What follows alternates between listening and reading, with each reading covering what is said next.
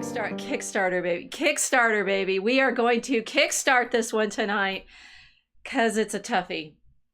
I think the demons are rampant on the internet right now. They're certainly rampant out there in the world, and our prayers are with everyone who's been affected by the shooting in Tennessee, the shooting in Chicago, the shooting. Oh, let's name the places where the demons have wound everyone up to the point where we don't know who's human anymore and who's on whose side, which of course has us thinking in the Mosaic Ark yet again about scapegoating and Girardian mimetic rivalries. And it's just the lesson that we have to learn right now. What does it mean to be possessed? We can't promise it's going to be a joyous one tonight, but we promise that it will be thoughtful. Welcome to the Mosaic Ark.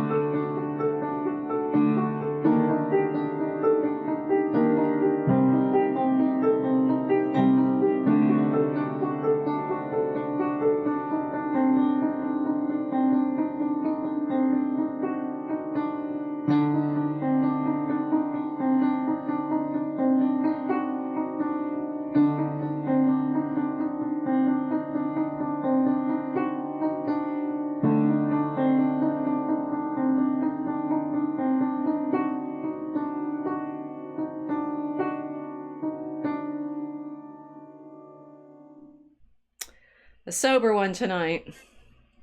I'm a little too sober right now, but I tend to think of what our episode's going to be like the day before, and then I have 24 hours to stress on all of the complexities of what it is that we're trying to unpack and why. And tonight's a tricky one. Wednesday panic. Well, it's mainly because I think of what I have my this is my famous 3 Cheers for White Men blog post. There's a point on my walk from home to campus that the thoughts hit. I'm wondering, just like, and it's often when I'm going back past the church that I was confirmed in. So maybe there's that. And I always thought of it as a sort of distance problem. It's like I start walking, and about halfway through the walk, it takes me about a half an hour, I suddenly know what the next thing is. And it was like that with the 3 Cheers for White Men post these now 7 years ago, 8 years ago. I was walking down to campus. Actually, I was teaching Tolkien, but that was 2015, and how can that be?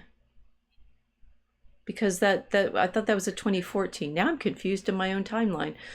Anyway, so I'll be the timeline. Oh no, the demons or the pigs are going to get the timeline, but I'll be walking, and then suddenly it all comes at me in a rush. But because I'm halfway there, I can't write anything down. I can't. I'm sort of trapped in my thoughts for another 20 minutes. And so that this one came about that moment, and I'm like, drug lords and demoniacs, that's tonight's theme. You got the sudden muse to take us into the darkness. I'm giggling, but it's awful. It is.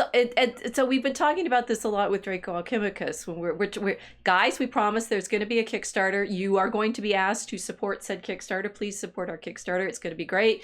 There's some really great rewards that we have figured out. We'll tell you eventually. But also, the sort of darkness of what we're trying to do with the horror and take you into. We're in a myth. Right. And we've been promising you all along with the Mosaic Ark that you better get used to being in the pirate story, because you're in one. You're in it. You're in it. And I think I'm in my intro I was talking about the Tennessee shooting, the school. Some of these things hit more than others about whether or not you're in them. Like, at what point are you in them? And this one, I think I can talk about it because it's actually all out there on social media right now. So I'm teaching my Tolkien course, and one of the things that I always set up at the beginning of the Tolkien course is, who is Tom Bombadil? It's a story frame problem, and you realize that he's actually framing the story for the hobbits so that you get inside, and he introduces them to the long history of Middle Earth, and there's singing and a water, and so it's sort of baptismal, and it's all very liturgical. I think this year when I'm teaching Tolkien, I realize it's all liturgy, right? Everything is always liturgy, and you're always, with Tolkien, in fact, looking at the altar. It's never anything else. You're always, because he tells Christopher in one of the letters that the Mass is the great drama. Everything is in the Mass. And so, you know, that what happens in the Bombadil scene, as I see it, is I guess it's catechism, right? It's you're being brought into the story that you need to understand that you're in, and the hobbits are about to have a pretty wrenching adventure, right? I mean, you know, they have to nearly die in the Barrow Downs to get the sword that they're going to use, as it turns out, to kill the Witch King and so forth. But and their baptism, I guess, is a kind of the storytelling for Tom Bombadil is a kind of baptism and death into the story. So it all works, right? It's all hyper liturgical. And a few years ago, I was on a podcast with a friend of mine, C.R. Wiley, Christopher Wiley, who we talked with. He had me on his podcast last summer to have Moira Grayland on with us too. We were talking about singing with her. She, Kickstarter moment, did the beautiful music for our trailer, right? Our heart music, and we're very honored to have Moira as part of this journey, because she's been through a lot. Maybe we'll get there with the demons. Anyway, Chris wrote a book about Tom Bombadil. There is a point to all of this. Stick with me. And I'm finally getting around guiltily to reading his book on Tom Bombadil, because I'm finally back in my cycle of rereading The Lord of the Rings and thinking about these things. So it's the right moment. And I'm reading the book about Tom Bombadil. He's talking about the singing, and he's talking about his understanding of what Bombadil does. And he told me that, he doesn't quite agree with me, but you know, that's okay. And I'm like, that's fine. So I'm reading along, and I get to this part where he's talking about Tom as a storyteller, and I'm like, oh, well, you know, I have an idea about that. And there my eye is at the bottom of the page, and it looks up to the top of the page, and oh, look, I'm in the story.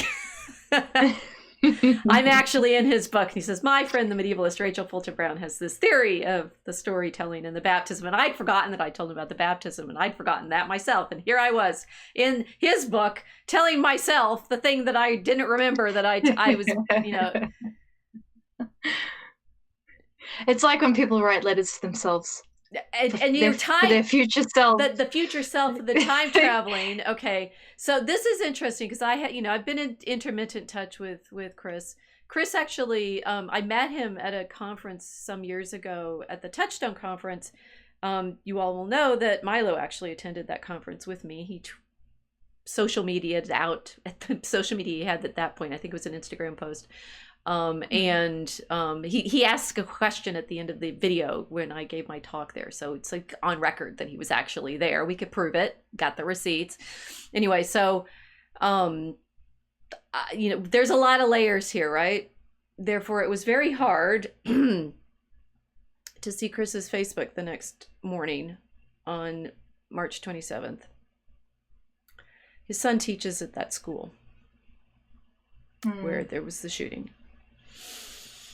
And then you realize everybody on social media right now, I mean, our world of the social media is all about, how it was, fake and it didn't happen. And the Miles Mathis committee is suggesting that it's all, his son was there, and he, of course, knows the families that have lost the children.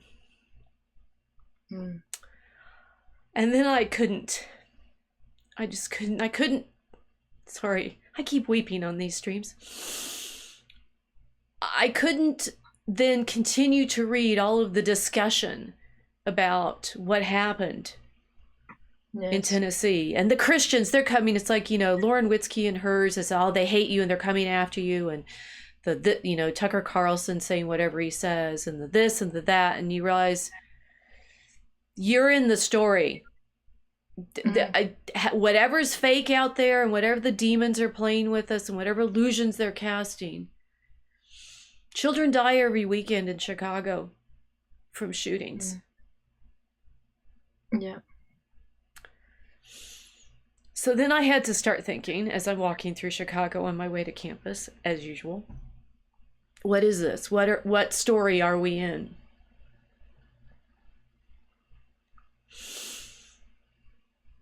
Brought everybody down far enough now?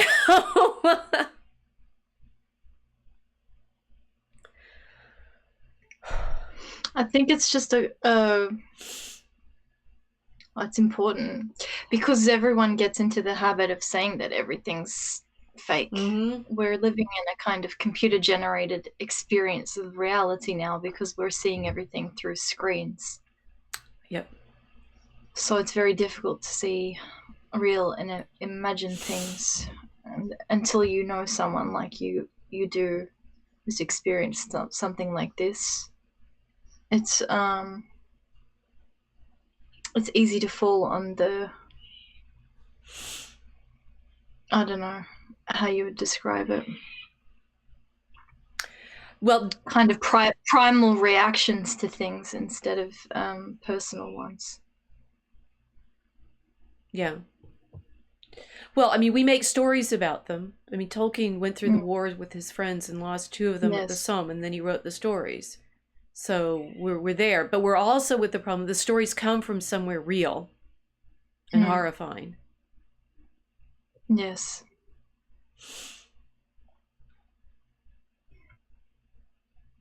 That's how, well, we're doing this with Draco Alchemicus, but the idea is to put the horror into fairy tale format so that it can be understood properly. What Tolkien did with the war. Right. Mythologizing it and putting it into fairy so that it can be properly understood. Because otherwise it's just a retelling of trauma. You could write it in a completely non-fictional narrative and it would not have the same effect because there's no fairy. So all it would have been was Tolkien sitting down to write the memoirs of his own trauma with no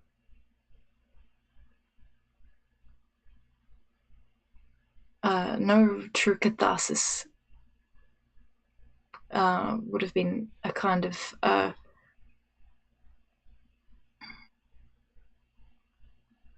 cold mirror of the experience. Well, what's interesting, I can calm down and come into scholarly mode about it, which is hard, is that Girard is saying that, in fact, the myths hide it. And that's why he's saying, so Casey is saying now, we're in the story of redemption because Christ had to redeem us from the thing we're doing right now. That's well said, yes, that we're in it. And this is one of the things that's come up in our Draco Alchemicus discussion among the poets, is talking about the way Christ is seeing all of this through us, always. Yes. Right? He's in here with us, seeing it all. There's we're going to show you some comics that our artist for Draco Alchemicus did from his own series, his Catholic comics, and I read one of them that you really should look at for. We'll talk about maybe that the next week, or maybe John Henry Newman's meditation on what Christ saw in Gethsemane, which was all our sins. He wept because he was carrying all of them. But what Girard says with the mythology, and it's interesting that Tolkien had to put it into myth, had to put it into this story that Bombadil has to bring the hobbits into, the horror.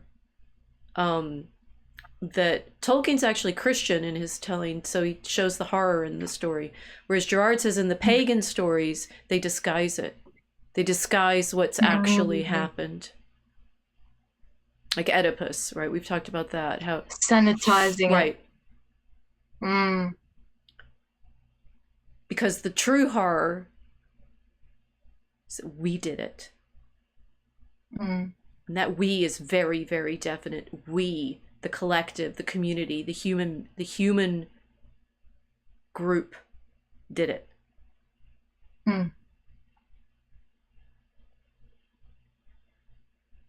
And therefore that there's no way out of it except through the cross. And obviously that's one of the things that you and I have prayed into from our own different directions, but that we're trying to help people understand why we see it. Why, it's like, it's very easy to say, we need the cross, we need Christ, and all, the fact that the shooting that's on everyone's mind in our neck of the internet right now is Christian school saying Christians, you need to. I was reading one of Andrew Iskar's, I think it's Iskar's Gab blog. It's about Christians, you need now to be prepared and stuff like. It's like, one, you should have been all along, because this is not new. In ways we hopefully will unpack this evening, but that it's also the wrong response. It's quite frankly the wrong response. Christian nationalism is not the way to describe what it is we're trying to show you here. I mean, we say nations and ethnicity and culture, and we want the culture of the fullness of the Catholic world, but the sort of military banner use of the cross is, the more we've been talking about it, the more I realize how fundamentally wrong that is. Yeah, well, it's Christianity under the printing press, or it's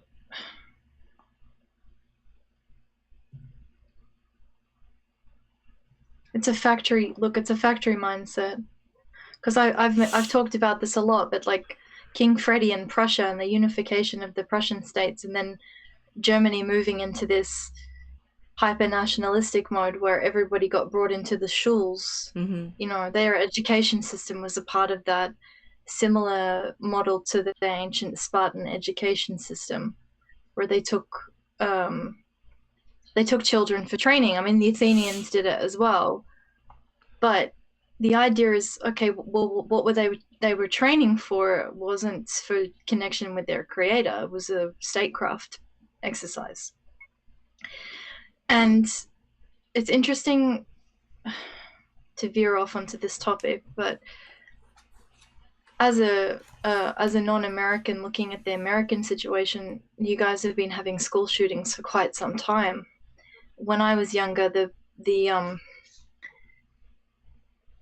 Columbine High School shooting happened, and we were looking at it from across the pond, and of course the liberals were arguing about gun control and everything, etc. And then of course Marilyn Manson went through his massive media firewall because they were blaming his music on creating the school shootings, and the whole goth subculture was blamed for the violence. So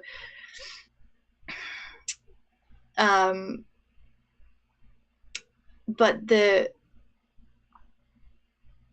I guess what I'm saying is that part of the thing that I have seen for a long time is that the schooling environment itself is dehumanizing children to the point where they're getting into a mode of militarism in this space, where from our perspective, it's educational, but it means two different things depending on the kind of education that we're talking about. When I speak with you, I hear and recognize the medieval vision of connecting to the spiritual expression and the fullness of Christic thinking. But these kinds of environments that these children are in are not purpose-built for this, even if they're claiming to be Christian schools. I mean, the environments are, they've become so hyper-industrialized that it wouldn't have an effect over maybe one generation, but this is kind of a generational development. I'm not blaming the school for the violence. I'm just saying in the context, like the environment itself,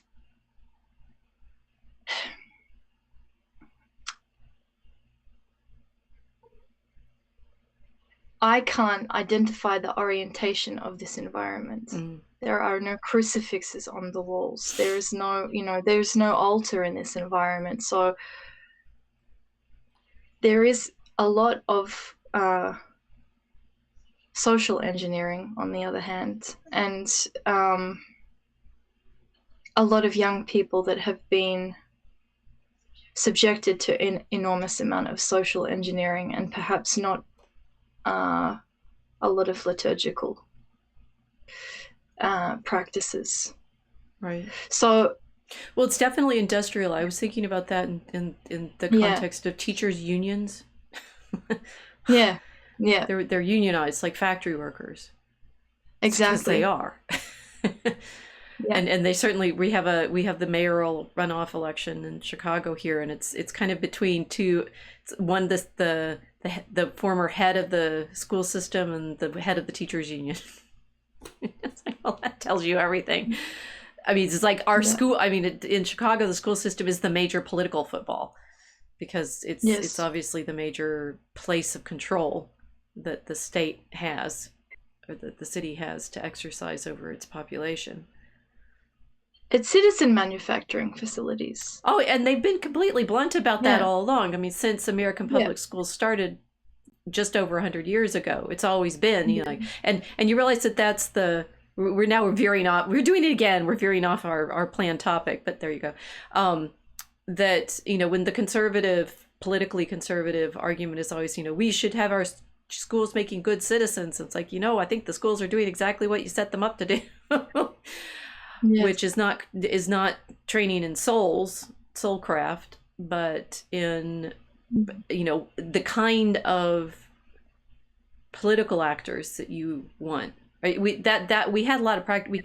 It's been a long time since I was in school, obviously, but in the 80s, in the 70s and 80s, we'd have, you practice in things like student government elections, and you certainly practice in terms of taking sides arbitrarily for a sport team competitions and things like that. So there's both the branding, which is fun in school context, right? We're Sandies. Yeah. I was on the swim team. We were dust devils, so we were mud devils. No, wait. Well, get us to the devils in the mud, right?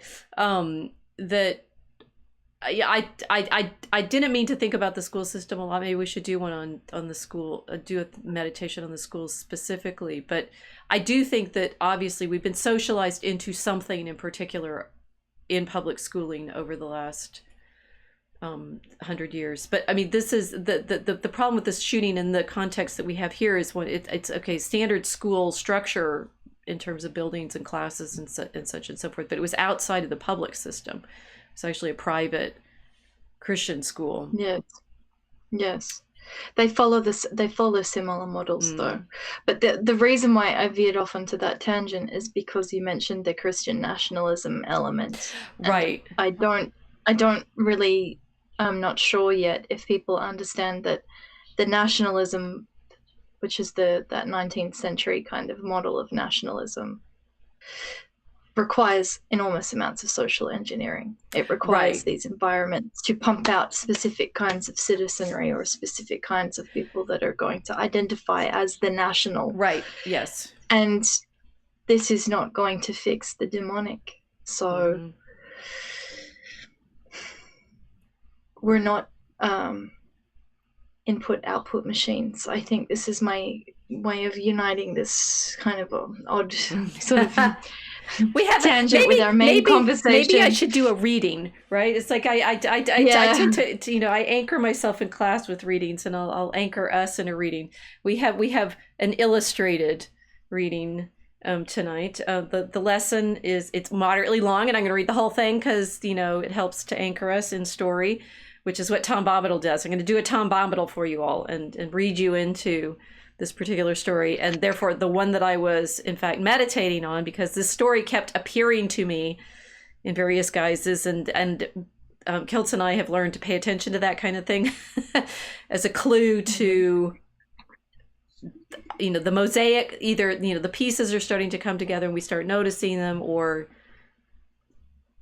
the Spirit's hopefully showing us things and we're paying attention to the doves. Then we will unpack it for you in the terms that we started seeing it this week. So, and the artwork that you're going to see through this particular narration is Zé Nuno Fraga, who is our magnificent Catholic comics artist for Draco Alchemicus. He's doing custom designs for us in our poetry illustration, but these are his own renderings of various stories that we need to think upon in our sin and confession. Anyway, it is the Girardian Demoniac, and the version I'm going to read is Mark's chapter 5, partly because it's the fullest one, and it's also the one Girard uses in the Scapegoat to explain the mechanism of everything that's going on.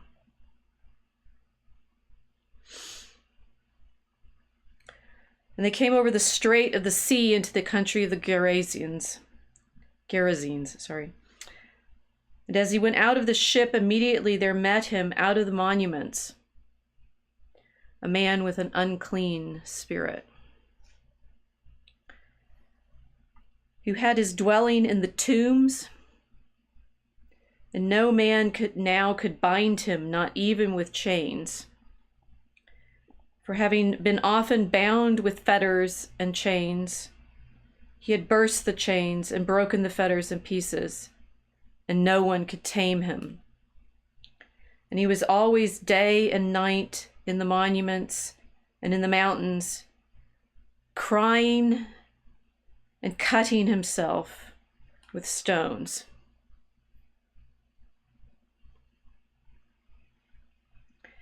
And seeing Jesus afar off, he ran and adored him. And crying with a loud voice, he said, "What have I to do with thee, Jesus, the Son of the Most High God? I adjure thee by God that thou torment me not." For he said unto him, that's Jesus, "Get out of the man, thou unclean spirit."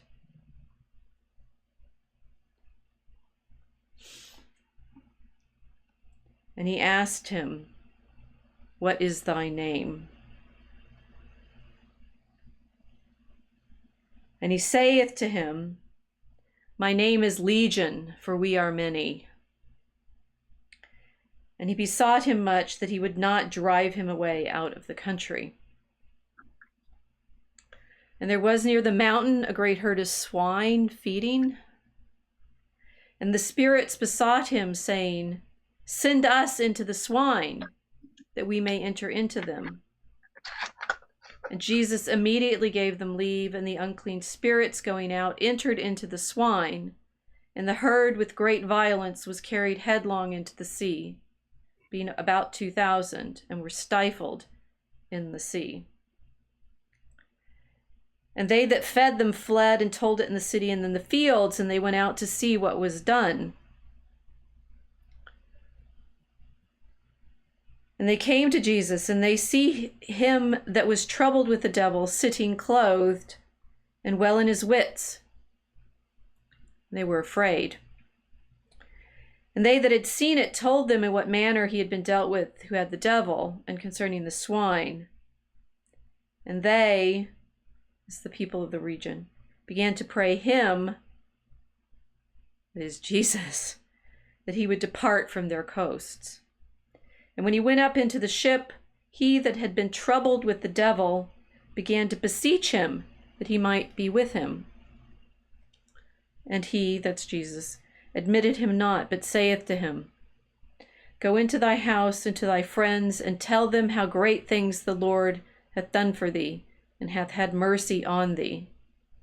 And he, that's the former demoniac, went his way and began to publish in Decapolis how great things Jesus had done for him, and all men wondered.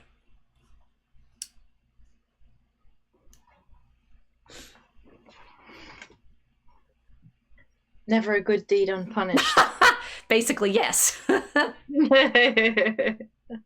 So there's a lot in that, and of course, I also have my Girard to meditate on. But there's Girard has this wonderful way of saying. He says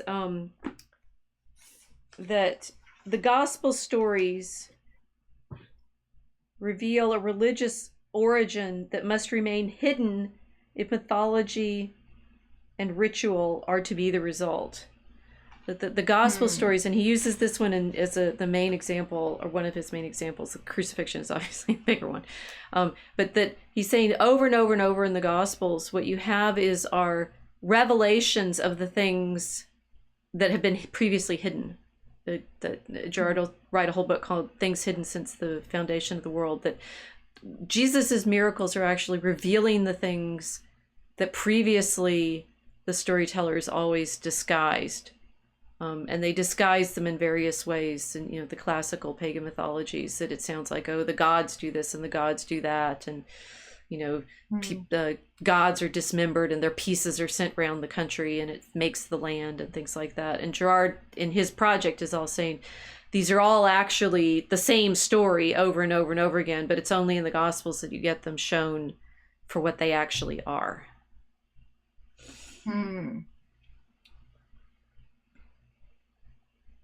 Which is interesting, because it's almost like the only way we can handle pure reality is if Christ is with us.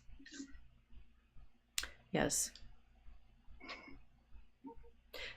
Which makes sense. This is why I was thinking, it's like, so Tolkien thinks of himself as writing myth, that he's writing, we have this whole meditation on history is you're remembering back through the records into the time when the stories are in this sort of reality, right? They become more real the further back in time they go, which Girard would agree with.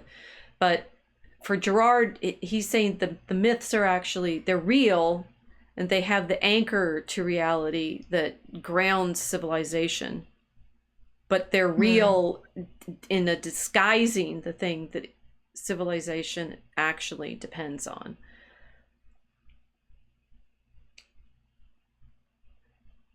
So the image of the carnival just pops into my mind. I'm sorry. So people need the masks on their myths. Oh yeah, big time. Civilization needs the mask on its myth. Yeah. Because what's behind the mask?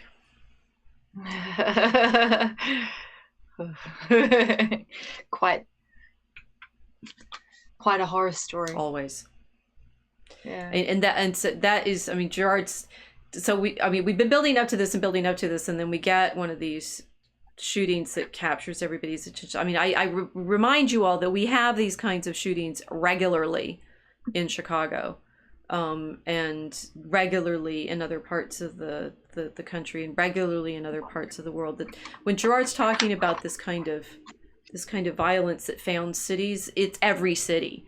And what the first meditation I'm having on the way people are reacting to the particular Tennessee school shooting is how collectively, and collectively is a very important word there, mark it, how collectively everybody is trying to figure out who to blame.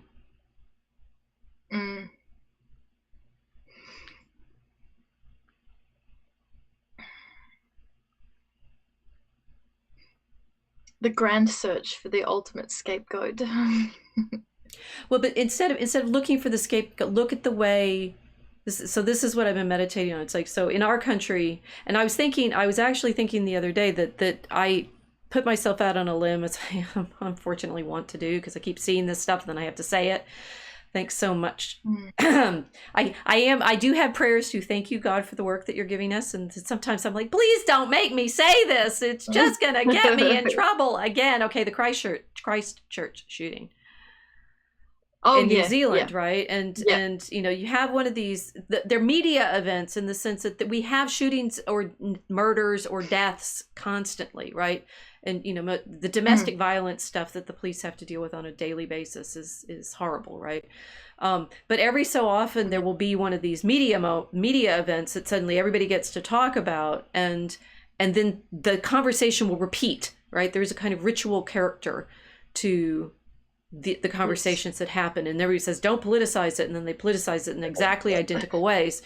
And it's what I've been thinking about, thanks to Girard, is the way the social conversation, I mean, it is ritualized in the sense that there's choruses of, you know, there'll be the Tucker Carlson chorus of one thing that you say, and then there'll be the I would say SJW or Democrat, or you know, the other side chorus, and then they'll sing at each other like twin sides in the Greek chorus, claiming that, you know, that this great tragedy that's just happened in front of me.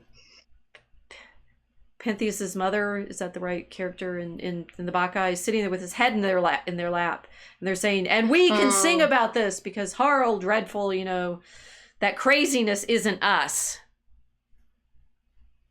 It's her. Yeah.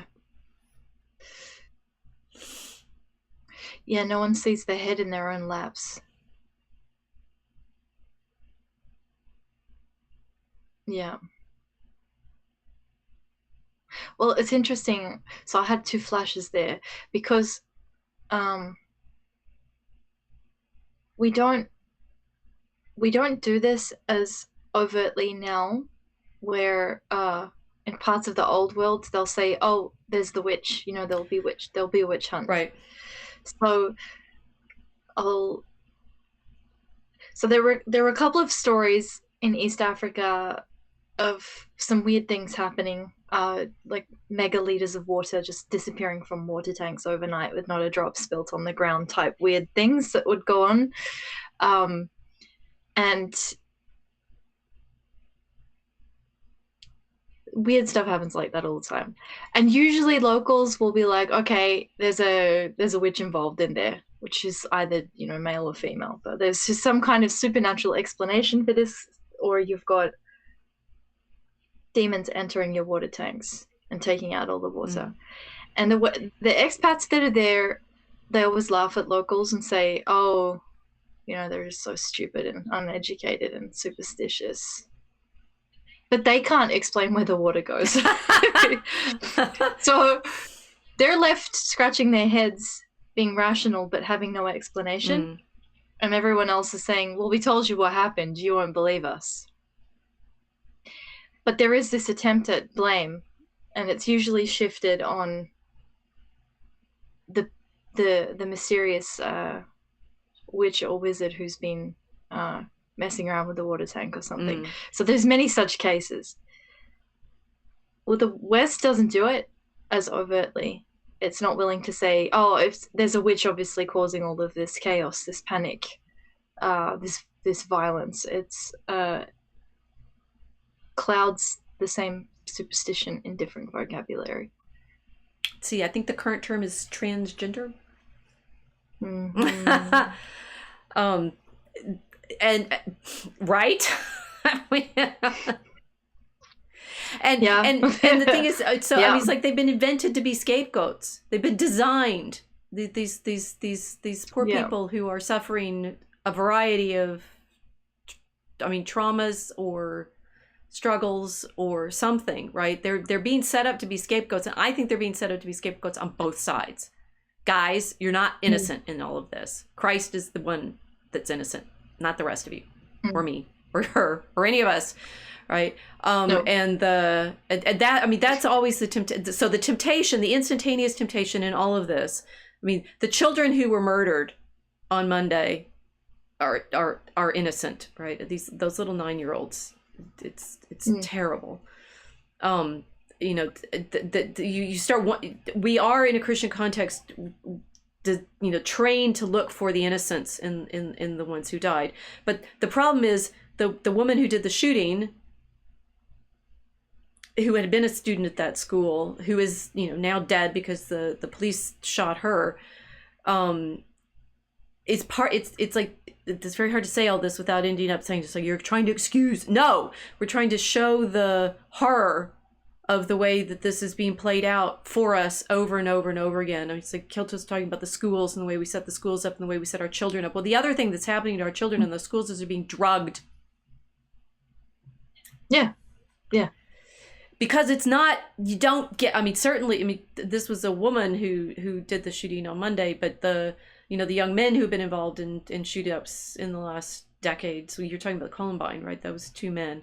Yes. Yes. That the only way you can get men to sit still in these kinds of factory schooling environments with not giving them enough like athletics and actual challenge and who knows what else is to drug them, right? So we've drugged our children to sit still and all behave like good little girls, and I mean, it's a testament to the sickness of the whole community, what happened on Monday. And yes, the reality of the sickness of the whole community is something that we can see parts of it. It's like, I'm going to be able to see this part of it here. And then other people say, well, you're not really looking at the horror of all that gun ownership. And then we will, the political right or the Second Amendment people will say, well, you're not looking at the horror of what kind of political tyranny could happen here. And then, another portion of it, it's like everybody sees like little fragments of yes, the horror, but the community itself cannot face it. Is Girard's insight. Well, looking at it through that lens, a lot of things had to happen before that person entered a school with a gun. Like the thousands of moments where that particular individual needed to be loved properly and wasn't loved properly put them in a situation where they were set up in whatever way you want to say it, for lack of a better word, set up to do that. Because I'm just going to stay in Africa about this, because this is the kind of thing that, like, I left the West and came back, and this was all starting to happen to a level that it didn't exist when I left. I left one version of Western civilization, and I came back, and it was like the whole place had some kind of strange factory upgrade, like in a bad Apple product. Well, a lot of it's the drugs, for real. Yeah, but it was like I was on a different drug. Everyone else was on a different drug. If you're at a yes, party, well, we could say, can you have drugs? Civilization without the drugs either? So that is kind of our theme in Draco Chemicus. Carry on. But I was like, what are you guys on? What the fuck? You're really dosed up. Like, what is happening? And then, so, like, from the perspective of coming back in here, there's a lot of conversations that are being had young people now about them having these kinds of issues. Now, I get accused all the time of being too masculine. It's a long. This has a point. I won't just talk about myself, but I've got this like anecdote that needs to come out. I always get too accused of being too masculine. It's been like a long-standing theme for a very long time, but that didn't happen in Africa, because there people are tough. So I just look normal. So it's only in this context that I feel like I don't fit properly and I'm not feminine enough, whereas over there I'm perfectly feminine enough for everybody. They just understand, like, this is the way the world works. You behave in a certain way here in a certain context, etc. So the kind of weird, I don't know if you'd call it a dysphoria, but this kind of gender non-conforming behavior that I had was suddenly very contextually appropriate. And so I look at the difference of this kind of like factory model of building the citizen, or the factory model of building the particular person that came out of that environment to commit this horrible crime. And I look at all the checkpoints along the manufacturing line. At what point they were having the same problem I was having, which is I don't feel right. I don't feel like I'm in the right body. I don't think like a woman. Should I have been a man? And this, I'm probably getting too personal here, but this was a serious thought process for a little while for me, where I thought, I don't really know why I was born female. It was corrected by being put into a different environment and being around people that respected tough women, really, really gave a lot of respect to tough women,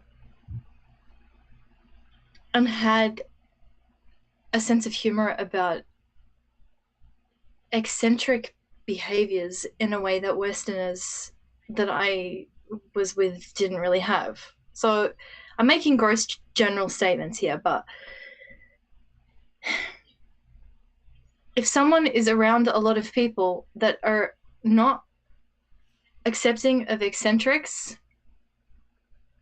they're gonna spiral in a way that is not good for them. But then if they're around people that are not willing to love them through that eccentricity correctly and to kind of accept them, but also not let them destroy themselves, it's like love deficiency equals this horrendous development of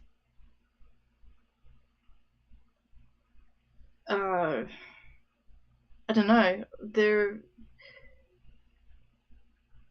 demonic influence is able to cultivate in them without any resistance whatsoever. Because nobody's saying, look, God made you what you are. You are what you are. But so. Well, I think we need to. It's hard to talk about this. Like, yeah. I'm going back through Zay's pictures. The problem is the demoniac story is from 2,000 years ago. So it to a certain extent behooves us to think about what our present conditions are like. But then this is at the mythological level to say, well, wait a minute, then why are there these stories that actually match all of this? And that I would say, it's like, was the demoniac not loved enough? Which is yeah. Can we think about this a little differently? Maybe. I don't mean it in a kind of strawberries and butterflies way. I mean in the sense that, like, I mean, there's a liturgical answer to say we've never been loved enough because we've turned from God. Yes. But there's the reason I was thinking Zay did this comic on his own without our saying anything to him, so it just came out, right? And then Girard has the scapegoat reading of it, and then I was also, we'd have a weird sort of all these synchronicities, right? That I was asked to do a blurb for a book that Anthony Easelin, whom I met at the same conference that I met Chris Riley at, so it's like all coming together. That Anthony Easelin had translated by Riccardo Baccelli. It's called The Gaze of Jesus, and it's in fact about this demoniac. It's like the entire novel is the experience of the demoniac after Jesus heals him. And there's this problem that I forgot where I was going. Okay, I totally forgot where I was going. But some of this is, we have novels like this try to like psychologize and historicize the experience of the story, the person in the story. And what I say to my blurb, Baccelli takes us on a wrenching psychological quest, which is true, right? Because he's trying to give you the interior experience of the demoniac after he's healed. So he gives him a name. It's and I forgot what its name is. Ithamar. He gives Ithamar a story, right? And so from his interior, laying bare the reality of sin, a philosophical meditation on the desire for Christ seen through the eyes of spurned love and pride, which I was therefore thinking of because you were talking just now about, someone who hasn't been loved well enough. What do we mean by that? And then, the sort of horror of our situation as human beings of not feeling loved, not being as I understand it, the woman who did the shooting grew up in a Christian family. I mean, she'd gone to that school, so she was. This is the one scapegoating mechanism will be to blame the Christians, right? We're going to blame the Christians for all being hateful because they're not accepting of, what you were talking about, people's differences and eccentricity. And then, on the other hand, though, there's the effort to blame the transgender activist community for being so hateful because they're sort of trying to force people into accepting them. And if only we would accept them all, they wouldn't go on shooting rampages. Wait, I'm not sure we're allowed to say that one. and the thing is, what the healing in the story, at least of the Girardian demoniac, is, well, it's not new. This tension, and maybe there is something in the story that at least shows us what we're grappling with, what we're wrestling with, which is Girard's effort to show us. Christ loved the demoniac. So, but this is what's interesting about. So let me give you what Girard says about the story, and see what we. I read it really slowly because I wanted to make sure to unpack it. That one of the things that's interesting, and Zay shows this in his drawings, that the demoniac is living in the tombs. So Girard says this he's dead. Right? He's living in the tombs. He's kind of undead to the community. So he's outside of the city, living in the place for the dead, and very significantly cutting himself with stones. He's basically stoning himself. This so I what a oh my goodness, Girard's a very good reader of scripture, because you're like, whoa, I didn't notice that little detail that's suddenly highly significant. That breaks his chains and fetters and everything. So they're trying to bind him and make him sort of like not, but it's like if they binding him, if he breaks his fetters, he hurts himself, because he's crying and cutting himself with stones. Now, in this context, Girard is saying what should happen to the scapegoat is he gets stoned, because it's a collective death, right? Collective is always going to be significant here. That the way that you get rid of a scapegoat is do something so that, like a shooting, a firing squad or something, right? You use something so no one person can feel the blame of being the killer. The collective has to. A mass ritual murder. Exactly. And so here the demoniac is already dead, stoning himself, right? As if, and Girard says this is very important for the scapegoat, in mythological terms, that the scapegoat takes it on himself as it's right that he's killed. Okay, so that and so when Jesus comes, he goes the way Zay's drawn it, it's like the man is drawn towards Jesus in the light, but the demons inside of him are speaking in red. Ironically, because in my Bible the Jesus speaks in red. That the demons are saying, stay away from us, go away. What do you have to do with us? And Jesus says to him, go out, and asks his name. And everyone's always, this I am legion is often invoked in the political conversations now, that these people who are raving out there in the public sphere, doing their screaming at the sky and their chants and we've seen a lot of like demoniac level behavior in our political performances in the last several years, and it's a kind of not joke to say they're demons, right? Here with what Girard points out is when he says he's legion, for my name is many, the wrestling personalities, if you will, but it's also he's been like occupied. It's a whole army inside him. The army is taken over.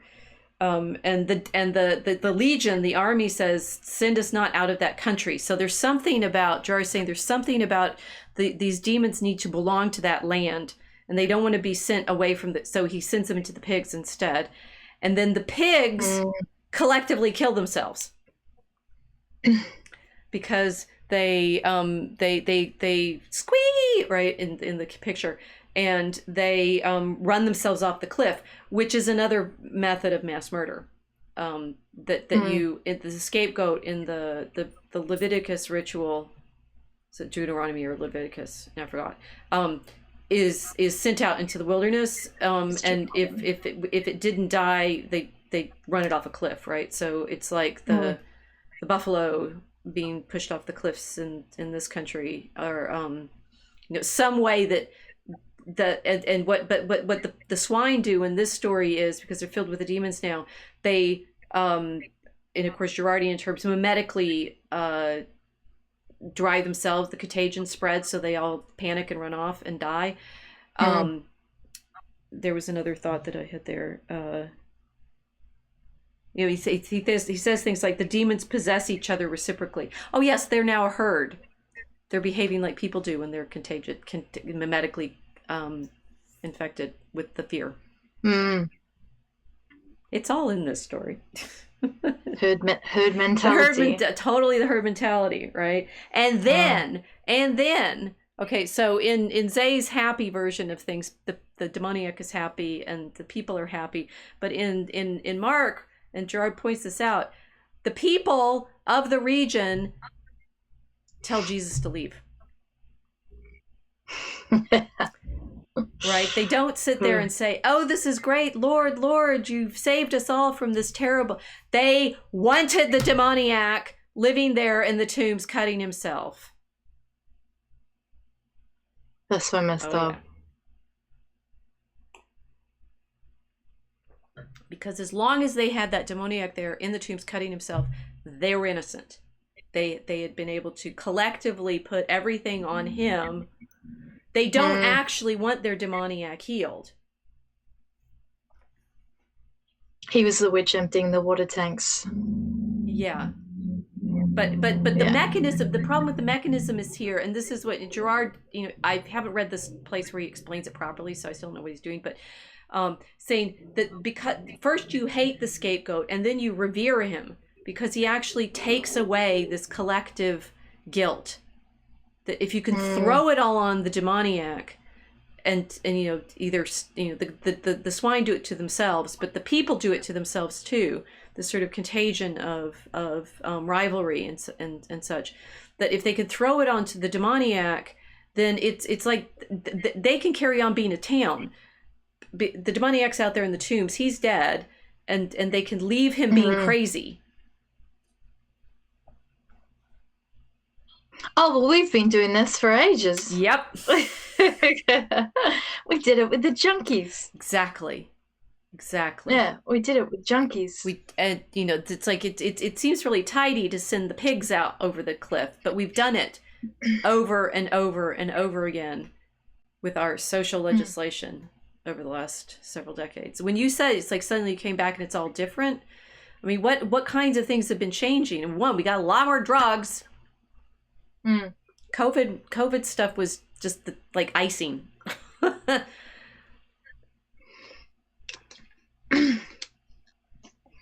Yeah, a lot more drugs. And a lot less joy. We entered a really bad mode of the trip. No, but we've been doing this with junkies for a long time. So I was saying, and I was saying this last week too, when we were describing the Aztec human sacrifices, and I said that this sounds like opioid addiction. It sounds like junkie behavior. Right. Because since we've been discussing Girardian Mimetic Rivalry together, it's resonated with me I think my stomach's grumbling. It was really loud. It's resonated with me thinking about the behavior of hardcore opioid addicts and heroin addicts, and also the treatment that junkies received when the zero tolerance policies were everywhere, because they're behaving they were behaving exactly the same as this demoniac who was running amongst the tombs.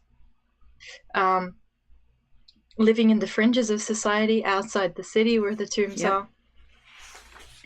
Basically the living dead. They do look like skeletons after a while. And they're cutting themselves, only they're not using rocks. They're using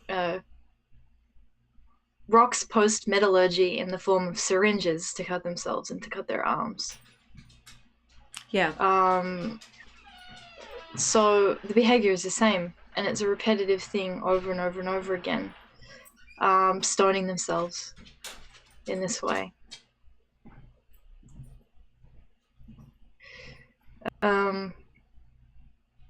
Yeah. And the community, so this has been my big problem with conservatives. It's still my big problem with conservatives. Because the discussion over the drug addiction problem is always, oh, we need to completely criminalize the addicts. There's never a discussion on the difference between the supply chain of the actual chemicals and the addicts themselves, who are human beings. And there is always a story behind most of the junkies that ended up in the state that they were in. And usually none of the prohibitive drug policies did anything to dissuade them from taking their drugs. It just made the process more complicated. It made it more complicated, it encouraged criminality, and it actually ostracized them from being able to come back inside the city. It kept them in the tombs, kept them running around outside cutting themselves. Right. Now, if you have seen someone who has been living like this, which I have,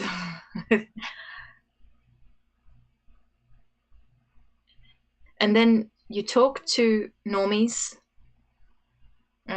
unfortunately I have to say this, but the good Christian normies that are very polite and respectable people and have good jobs and would never even smoke pot, So you, like, if you've seen people that are in this state, and then, like me, I kind of talk to people that are in the straight world and how they describe addicts, well, they're doing to them exactly what was done to this demoniac. They're not healing them. They don't want them around normal society, though. They want to keep them out there. But the thing is, they want what Girard understood from his reading of the story is that they needed the demoniac out there in the tombs. They actually were not happy with Jesus healing him. Well, it's an easy way of increasing your social status by being able to refer to someone who's supposedly far more evil than you, to say, oh, well, at least I'm not that guy. Right. At least I'm not a junkie. Well, the force of what Girard is saying, I'm not communicating yet, that it's not just that, it's the, okay, so earlier I said something, we collectively are responsible for all of this, right? Now I've forgotten her name. In the Bacchae, she has his head in her lap, right? And the point in the Bacchae is the women go nuts and kill the king and tear him to pieces, and including his mother, and that in a certain sense the god is part of that murder, and it's the murder itself that collectively founds the community, so that there's a and this. What's interesting is in a lot of our political conversation now, many of these insights then get like Pharisaized, right? That they get turned into Pharisaical dicta that then you must live by, kind of thing, rather than the mythological, like put it on, recognize yourself in it. No, you don't get to be pure standing over there saying your prayer is better because you're not that sinner. It's like, no, you to continually, the publican strikes again. You have to continually do like Don Bombadil did with the hobbits and show how you're in that story, and understand ourselves as Christians within this story as sinners, not as we live well and we're good Christian family because we do these things right. It's somehow, and this is, and again, it's the opposite side of saying, and God loved us so much that he suffers through all of this with us. It's very hard to keep hold of the cross in one's meditations on this, where you get to the point you're just saying, what, I just want to be safe from all of this, Christ, please save me, which is sort of the point of the book, the gaze of Jesus, that I mean, I was like, hold off on telling you that one, but what Girard's saying in the he's come after Peter's denial in it too. So the reason that the demons are legion is that they are the mob, right? And he's saying, this is Gene Starobitsky who Girard is quoting, but the word legion indicates the warlike mob, the hostile troop, the occupying army, the Roman invader, and perhaps even those who crucified Christ. The healing is portrayed as a single combat between Jesus and the demon, but then there's a crowd. It's like the fact that it's legion shows you the mystery here, right? The mob is going to kill Jesus. There's this collective, right? And then that the whole problem of the execution is always how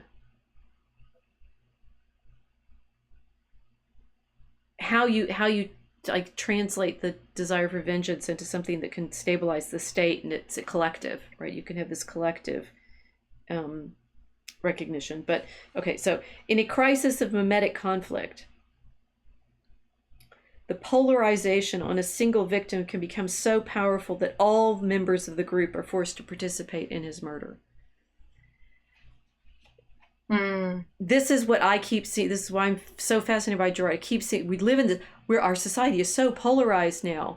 But, and then there was this other meditation I saw this morning on how everything's also all the same, right? All the Instagram models look the same. All the cities look the same. All the Airbnb rooms look the same. The whole world has become sameness, but it's all polarized. And it's like, yeah, Girard predicted all of this.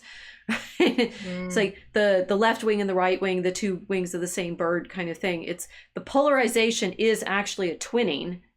It's a mimetic rivalry reflecting, so that when you get one of these murders, we respond collectively, all to figure out how the scapegoat was to blame. And I see that now. It's like it's the gun rights versus the gun grabbers. It's the the trans activists versus the Christian activists. It's one way or another. We're polarized, and the collective participates in it somehow. So that, as we talked about with the George Floyd, the everybody watched that, participated in that moment.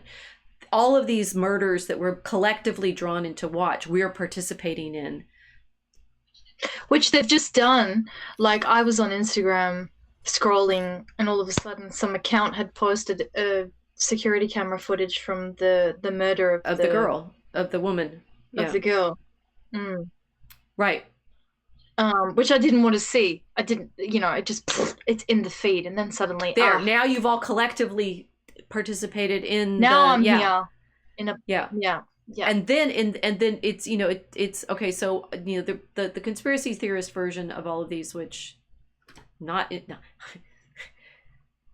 the timeline keeps shortening between conspiracy theory and predict yesterday's news, but certainly there could be state actors involved in setting up some of these situations, but the collective social exercise, and the Romans in their situation in Palestine in Jesus's lifetime were constantly setting up situations that are creating this sort of quote stabilization. It's like that's how he ended up crucified.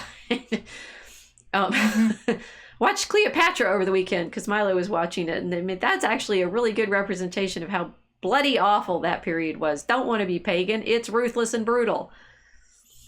And collective, a lot of killing, oh my gosh. And it's society organized on gladiatorial combats, which are basically collective murder. You're watching the murder of people with popcorn.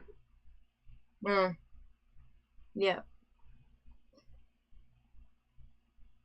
So I'm thinking of a few things. So we have the we have the participation in the ritual by its broadcast, and then people looking at the image or looking at the footage, and then having the collective participate in it by having it broadcast. Right. So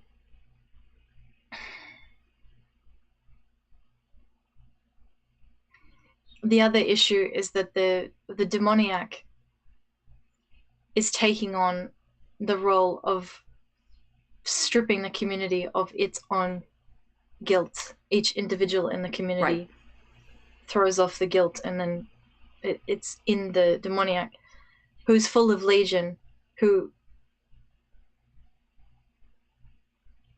in this way, essentially the legion is the community. Right. Itself inside that demoniac, the chatter of this entire collective of people and all of their shit. You know, sorry to use the word, but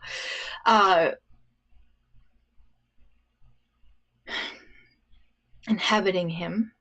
And then he meets Christ, who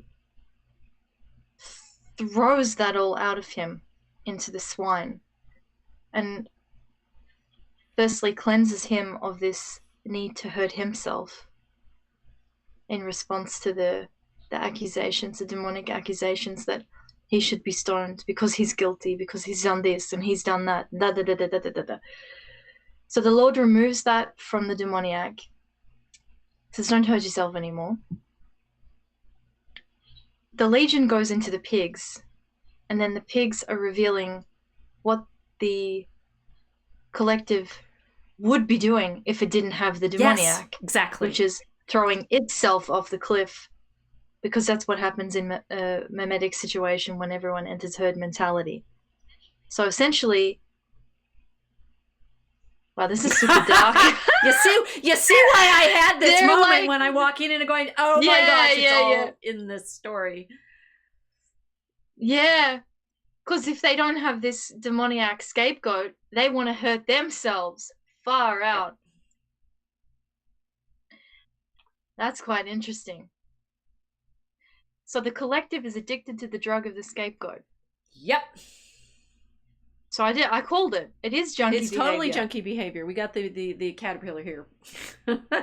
Showing Alice.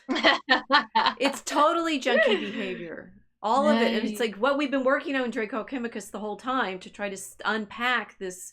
We keep seeing the pattern.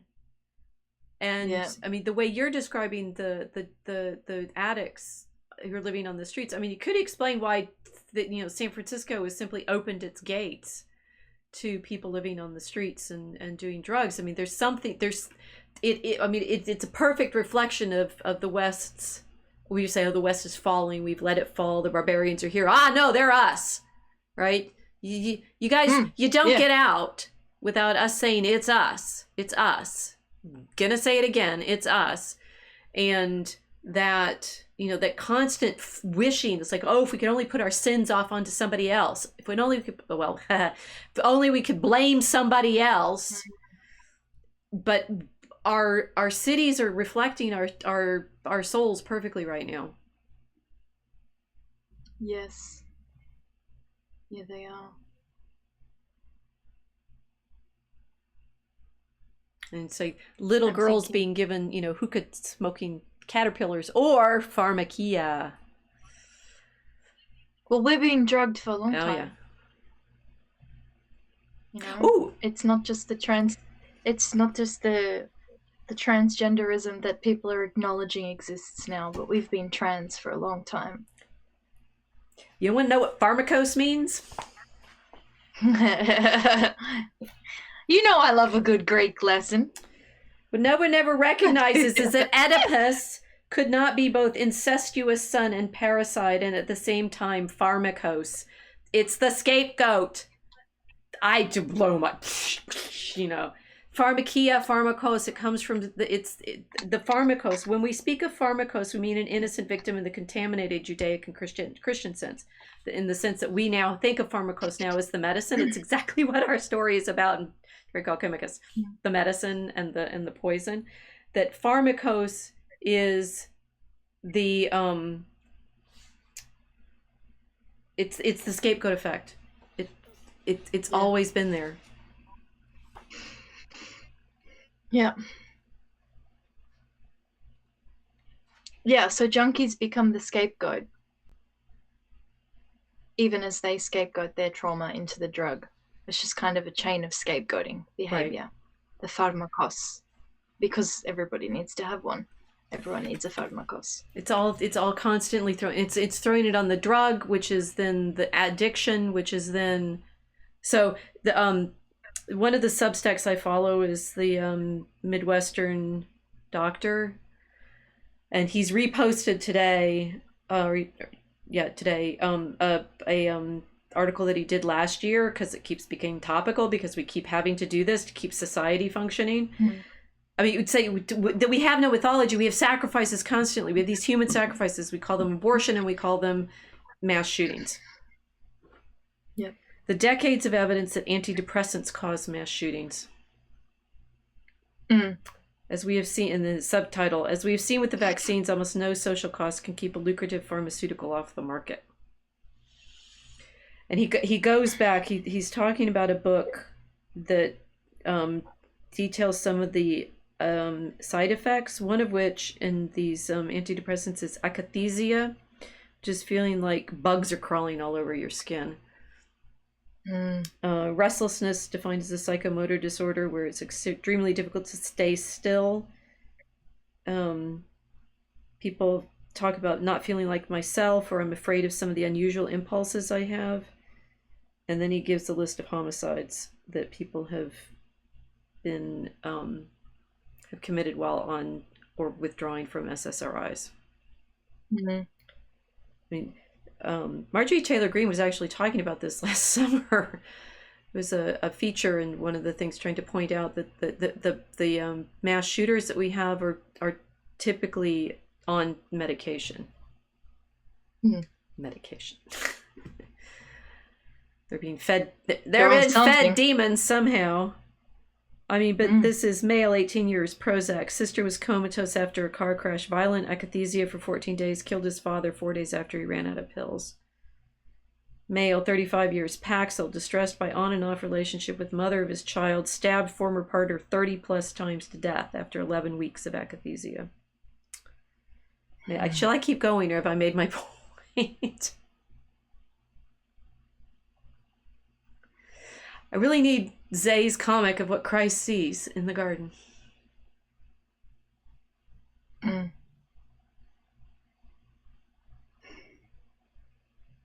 The full horror of civilization. Yep.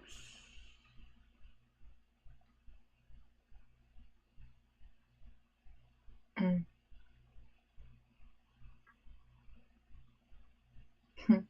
It's an interesting thing. If something's in pill form, it's so trivialized.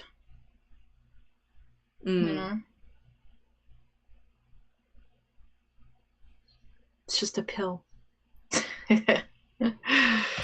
It's like little candy, right?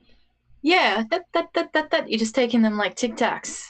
It's not like other things, in the old days when there was a kind of there's a process. You actually were involved in the alchemy, the production of the drug, because you had to process it somehow before you were going to take it.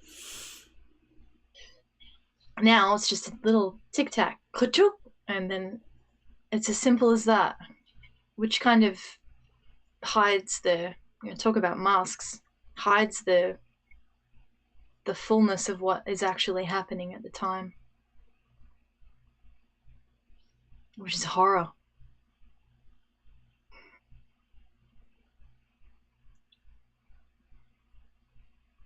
Yeah, it just goes to... So that's what I meant.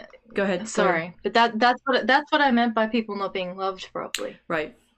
And when I mean accepted, I don't mean accepted like, yeah, we're going to accept you for who you are. If I was talking to a hardcore heroin addict, I wouldn't be like, oh yeah, I accept you having this addiction to heroin.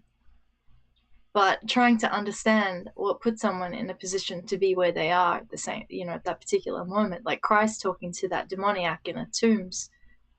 How did he end up there? The Lord saw. He knew. He understood why. And so if taking the Girardian reading of this mechanism, further, like the Lord saw what he was to the community. He had compassion on him. He took him out of that role. You don't have to do this anymore. You don't have to stone yourself anymore. And here, the million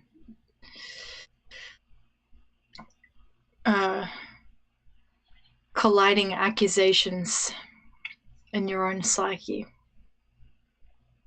or which is very similar to the bugs crawling all over your skin, isn't it?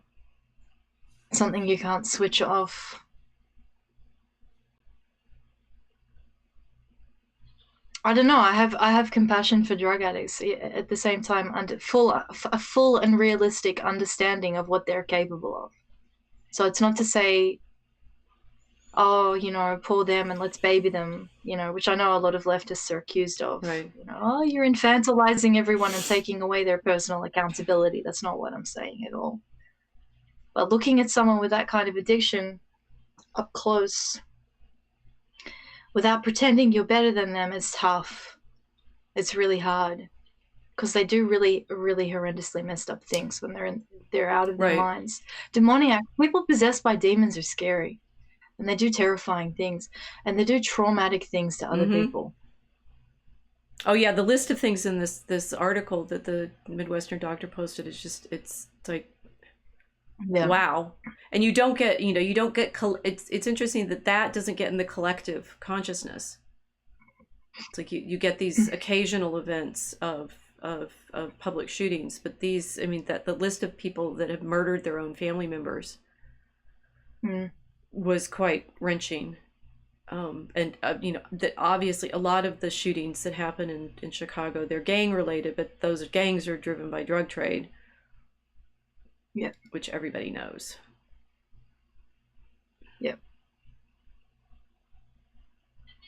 And then, of course, everyone can say, oh, well, they're just disgusting human beings, and that, they've decided to do it, so who cares? Let them shoot each other, they're dogs, whatever. How many times have you taken coke at a party? Like, everyone knows I was out about it. I don't think I've ever been in the closet about this, like, I was a raver. I participated in this industry. Well, the reality is we've all participated in this. Here, I'm going to have another glass of wine. Yeah. But it's the nice drugs that people take that you see advertised on television. You're part of it too. Well, that's the thing. As ravers, we know we're participating in black market exchange. I think the issue is that when it becomes a laboratory experience and suddenly it's sanitized, that whitewashing, the whitewashed tomb. Yeah, it's all right. There's the myth. It's RX. It's RX. It's all right. It's clean. Pill. It's all right. It's that ritual we do to commemorate the God giving us civilization. The myth is still with us, and that's Girard's great realization is saying we don't get away from religion, right? Religion isn't the cute stuff that you keep in the closet of culture and say, oh, we outgrew all of that. It's the dark, it's the reality of the way we create societies, which is interesting. And his psychological problem is that we do this to each other because we're constantly coveting what the other desires. So he does a good job on the 10th commandment, saying do not covet your neighbor's anything, because in fact that's what drives all of this. It drives the need for ritual and sacrifice ultimately, because people get caught up in these envious spirals. It's like saying we have a picture of a ship here, which cannabis protectio, and I think there's a lot of layers. A lot of layers here, because I know you have some thoughts on cannabis, and we have some thoughts on ships, and we have some thoughts on culture and civilization. It's like where are we going to go now with this? Whoops. Well, we were going to talk about drugs and drug policy, so of course I had to talk about this. Because I'm unapologetically in favor of full decriminalization and legalization of cannabis with absolutely no regulation whatsoever, which would sound really irresponsible until you understand that most cultures don't have these problems in most cultures don't have the problems with the cannabis abuse that we seem to be manifesting now. And I don't want to scapegoat people anymore. I don't want to scapegoat non-violent drug offenders anymore. I think it's a heinous crime against people to give them a criminal record for using something that needs no processing and needs no supply chain. I'm not talking about pills, I'm not talking about powders, I'm just talking about a plant that grows anywhere, can grow anywhere, almost all over the face of planet Earth. So to me, it seems as simple as treating it the same way that we treat dandelions or any other kind of things that grow freely, and approaching people's overuse of this thing as a medical problem, or not medical in the sense of RX, but probably reframe this a little better as a spiritual problem. It's like I think our own metaphor of ship is useful because we have no stable ground. It feels like because we're always floating around. No. Oh no, we can't land there. Well, yeah, the poverty of the language that we've been using for so long. We have nothing but pirate speak left. Yeah, exactly. I suppose my position on this is that I grew up in the era where, you know, it was the panic over the gateway drug, and they weren't kidding. But that's because the only dispensaries that were available were black market, and they were the same places that you would go and get speed and heroin and pills. And it was like society's been pushed into a mode of deciding that particular substances are legal and acceptable and others are unacceptable and illegal, and created this left-right mechanism and the rivalry around that of well, they want to get high in a socially unacceptable way, so now they have to go out into the tombs. Go get stoned out in the tombs. You can't stay in here with us. Okay. So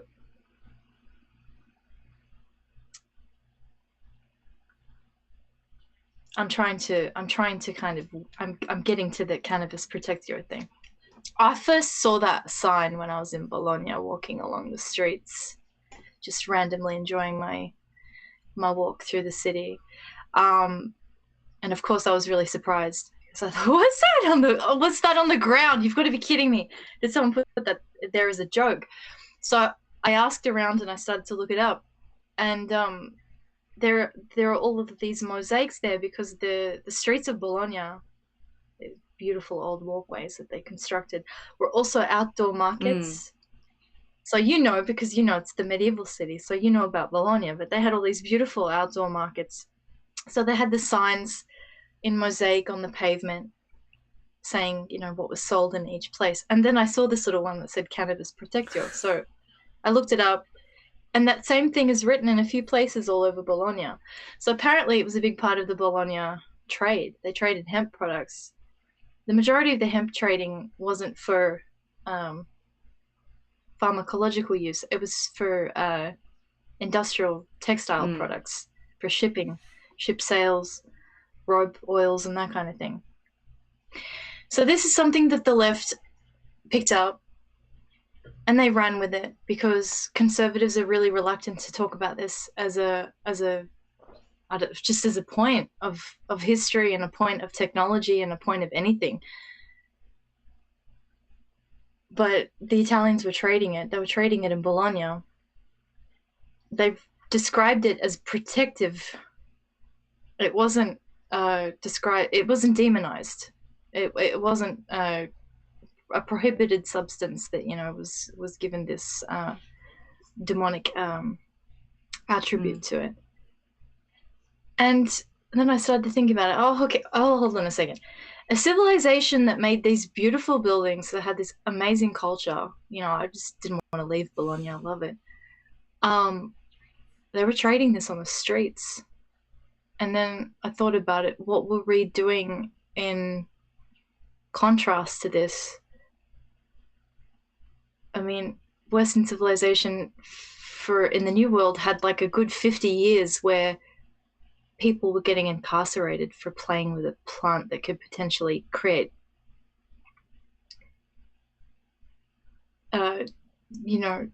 completely new industries, completely new textiles. I mean, like even paint can be made from it. So it just didn't gel with me at all. So I always have arguments with people about it, because I think this is something that has been put into the category of pharmakos when it doesn't belong there. It's potentially well, pharmakos is always both, right? It's all that's our twinning problem in Draco Alchemicus as well. Yes. Like medicine and poison. Well, true. The dose makes the poison, as the saying goes. But I'm meditating on the demonization of the people that are using these things. And our culture has gone into this one or the other, the polarization thing that's happened, where it's either everyone has to be locked in prison for using these things, or everything has to be fully legalized with absolutely no discussion on the spiritual impact of what this does to a community. So we're either in Reagan era, just say no, everything's illegal and you're all going to jail. You get 3 strikes and that's it. You can never work again because you've got a record for the rest of your life. Or we're in San Francisco and we have a tent city on the street because there are so many drug addicts that are, but recognizing that one way or the other you make a dysfunctional society. And that go to the puppy here, that what the demoniac story shows is that society somehow needs the addicts either in prison or on the street.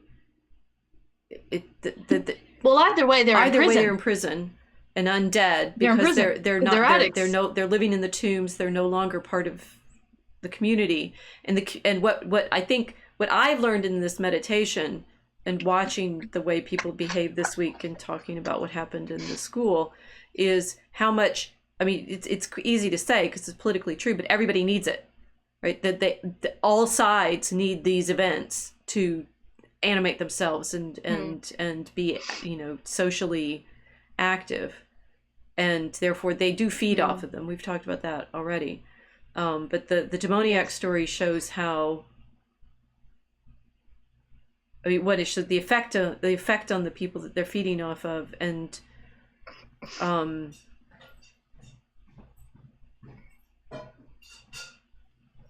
what Girard is trying to figure out is there a way out? And of course, as you described very beautifully, the problem is the Legion and the pigs are the town itself. The town creates this dynamic, and what Girard keeps mulling over is like, golly, is there a way out? Yeah. Are we're always going to end up in these spirals of rivalry and scapegoating? And it always it scales up and down, right? It's like your own little friend community will splinter over this kind of thing. We watch it play out constantly in the social media world, right? Yes. Where, pairs of, I'd say the internet even, enjoys making it happen. We're going to let's have a debate. No. Not going to debate you. Sorry. Not going to play that particular game, but it's like we don't. It's sort of interesting. It's very satisfying. You could say it's very satisfying. Like war is like all of this stuff. All of the we want the gladiatorial combat. We want to be able to sit in the stadium, watch the gladiators bleed. Yep. Yeah. I have the bleeding poppy now. But we want Rome, and this is like my meditation on Cleopatra, and then another thought that I had for potential theme this week was another Substack, the Contemplations on the Tree of Woe, was contemplating woefully what fall of civilization looks like, here's a thought for you. So he was looking at ships, our hip imagery there, because they were making ship ropes among other things with the hemp, right? In the period for, let's see, he has a graph and it goes choop choop, right? That is like big mountain peak, right? And the top of the graph, the peak of the graph is numbers of shipwreck discovered in archaeologically for the period around the birth of Christ, right? The peak of the empire, the Augustan Pax Romana, has more shipwrecks than any, and it sort of goes up to that peak and then steps it's all the way down to, you get to the Middle Ages and you're just basically flatlined until the 15th century, at which point the graph stops. So whatever they were doing in Bologna with the hemp and making ships for the Mediterranean shipping didn't bring it back up to the imperial level, at least in terms of volume of recovered ships. Now, footnote, archaeologically, you could say, well, maybe they were having more wrecks because they didn't have good navigation, and so they drowned more people, and therefore it's not really a good sample of something or other. But what Contemplations on the Tree of Woe was using it for was saying, this is what the fall of civilization looks like. No more commerce. It vanishes, right? Yeah. And it's Alexander Macree's is Substack, but he's doing that to say, look, we could fall, right? The civilization could just crash completely, and you have no more, physical comforts. You have actually, on the opposite side, you don't have like giant surveillance state anymore because nothing's going to function. Oh well, guess that's going to be over. Because you don't have a state, let alone a surveillance state. All the tech's not going to work if we don't have the gladiatorial games. But to consider that, that peak of the empire was this peak of amazing cruelty and scapegoating. I mean, it's like they are a slave world. We know that. They are, Christ is crucified because that's what they did to the ones that they wanted to like make an example of. Don't be a thief. Don't be a rebel. Don't be and you're going to be humiliated, stripped naked, and stuck on a cross. And there's, actually, I'm also reading Zeinuna Fraga's. He illustrated a book on Marcus Aurelius, which is very, very powerfully done. And there's a crucifixion scene that he put in there. It's like, the slaves are being crucified. It's not a pretty death. That's the entire point of it. And that was the peak of the empire.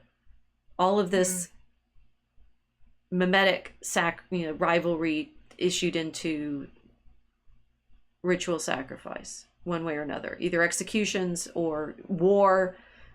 Zay's book with Marcus Aurelius has a lot of very powerful military scenes, and Marcus Aurelius, the famous stoic, but good emperor, right? That a good part of his reign is dealing with border war and pacification of the Eastern Empire and so forth. This is your empire. This is your empire. This is our empire. This is the American empire. This is the blood sacrifice that empires make. Yeah. And it was the poppy stuff that started me on all this spice meditation last summer because of, it was last summer, 2 summers ago, our withdrawal from Afghanistan and the poppy fields. Yeah. Yeah. Yeah, thinking about the loss of I remember too when you were like, it's the spice. It's the spice. I figured it out. What drives the empire? Oh, right. Frank Herbert really knew what he was talking about. It's the spice. Yeah. What spice? Yeah. Oh, right. Yeah. And in their world, it's in Dune, it's the spice they need for navigation. Appropriately enough, right? There's ships that are sailing through the cosmos, but in our, they're obviously tankers. Yes. Yes. So we've got one that comes from a plant and others that may come from rocks. But yeah, the empire needs sacrifices. The empire needs sacrifices. And we've got a different kind of empire.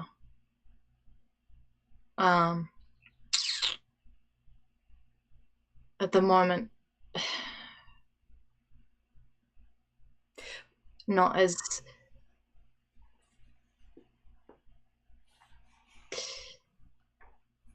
forthright with its crucifixions. But the thing is, what Girard would say is nobody ever is. Right? The thing is, I think this is probably true of the Romans in their day, and sometimes this is dramatized well in our theater, showing that the people having, the people walking past all those crucified slaves on the Appian Way didn't have compassion for them. Are you kidding? They saw them as dangerous rebels. Of course they should be executed. The slaves, you can't let your slaves behave that way. String them up. You got people that tried to, overthrow your government, stick them in prison. What do they do? Oh, doesn't matter. They're not innocent.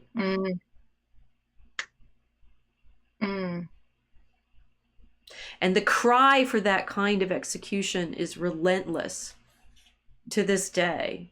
I mean, we're seeing it on the social media, right? So-and-so should be shot. Just take all those Christians and shoot them. Wait. Are we in the Roman Empire or what? Got guns, but it's the sorrow of all of this is we're no different, right? Civilization is as it has always been, maybe, and sort of, we have great tech right now. The Romans had pretty cool tech. They had glass blowing. Did I tell you that? I think we're in the glass empire. We have been in the glass empire since, in Syria, Palestine, around the birth of Christ, they discover blown glass. We're in it still. That story, the glass story. Speaking to you on, glass cables right now, in glass, in light. It's like that we are still part of that imperial network. Yep. Yeah, it never ended. It never ended. So same shipping. Yeah.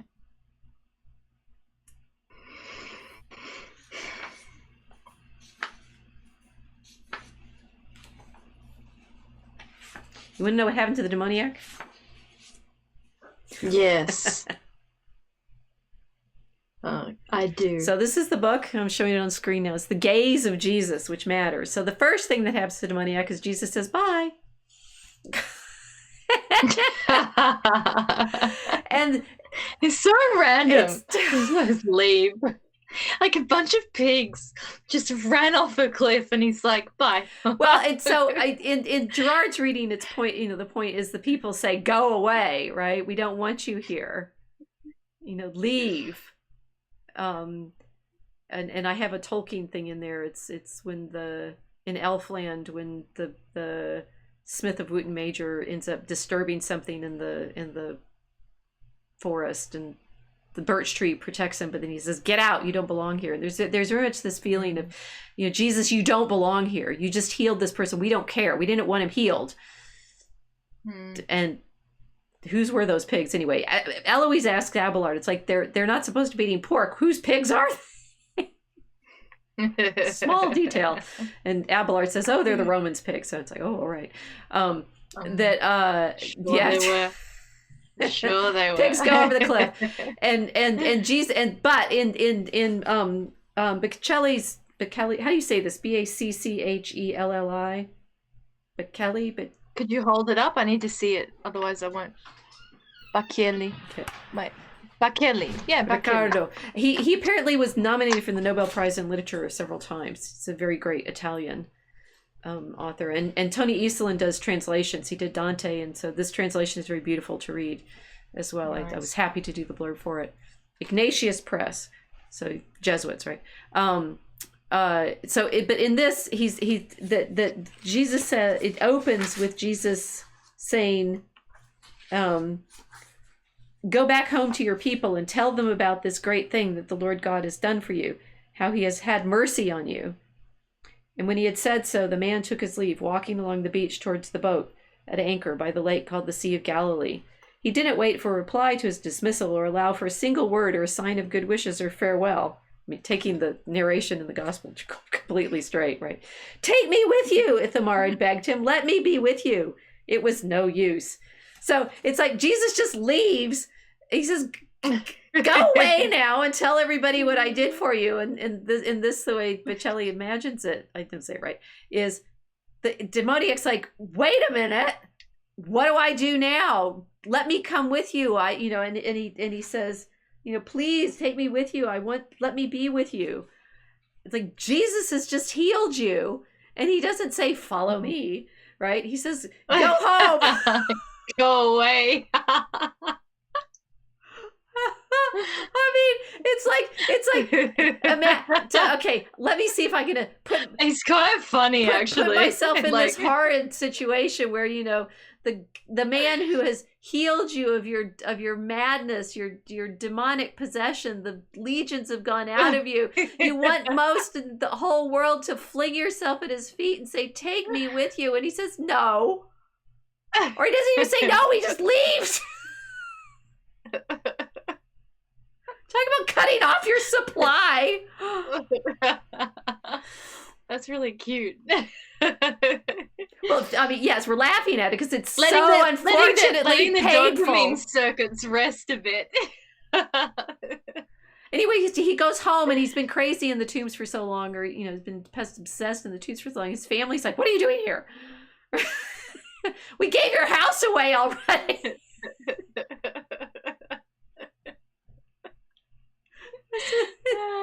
I know. It's like you want the gospel stories to be all sweet and nice, and it's like you realize Jesus just walked off, and he didn't allow him.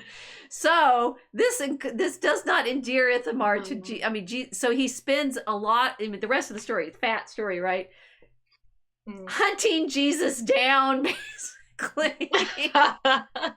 One way or the other, and say, look at me, right? This is why it's called the gaze of Jesus. You could tell it by how giddy we are by now, right? How stressful this particular episode has been. That Ithamar keeps saying, and then he comes across someone else that Jesus has healed, Massima, right? This guy in the Matthew version of the demoniac, the healing, there have been two demoniacs in together, right? And Jesus heals both of them, and they're both like, what now? Yeah, what do you do? And it's like you're explaining to a potential employer, like your CV, your curriculum vitae. So what would you up to between these X year and this other year? Oh, I spent like 10 years in the tombs cutting myself, but that's all behind me now. So you see the problem. I met this rabbi. He made me sober, then he walked off. It was weird. I mean, the thing, it's wrenching to me because recognizing it's like it's like what. So we previously talked about Mary Magdalene, right? Mary Magdalene gets to wash his hair with his feet with her hair and weep on him and bring ointments to his tomb and recognize him as rabbi, and this demoniac is like told to go home. I had an interesting thought there. It's like Christ is trolling him and his family, like these the black sheep of the family. So he probably, I mean, it can't get much worse than living in the tombs being possessed by legion. So I guess he's definitely the black sheep. It's like Jesus is like, go home, almost like you're gonna go and he'll cease being the scapegoat for his family's problems. So it's like rolling him back into the community. It's like, right, now you're all going to deal with yourselves. Yes. Right. That's cute. And but I mean, you can see it's the flip side for the addicts that we were talking about. It's like just take, here you're cured, go on, there you go, toddle off, right? Although that's what Jesus does here, and so he ends up in Herod's court. There's a lot of interesting portraiture that Bocelli gives you of what these people are like. And Herod, I couldn't in the Herod's court part couldn't help but see the character in Jesus Christ Superstar. Kind of the Herod that in fact, again, Girard goes back to a lot with what Herod's like in the John the Baptist story, right? The same Herod that has John the Baptist executed, and the hippie guy in the Jesus Christ Superstar is impress me, walk on water if you can, walk across my swimming pool and such. So because Ithamar is it's a little bit like what becomes the trope in some of the mid 20th century movies, like The Robe, or Ben-Hur, that Jesus sort of floats through the story every so often, and you can catch a glimpse of him from a distance, and Ithamar is constantly, you know, wanting Jesus to look at him. We know this celebrity feeling from the internet, right? Pay attention to me. Here, I've commented on your post. Yeah. Look at me. The gaze of Jesus, right? That's why this book is called The Gaze of Jesus, because it's, what is it going to be? Will he look at me? And there, I think I failed to mark this, but the, you know, the longing that Ithamar has is, just love me. Look at me. Oh. Love me. Casey's made alms for the ex-leper. Well, I'm going to spoil the ending for you. It ends with the passion.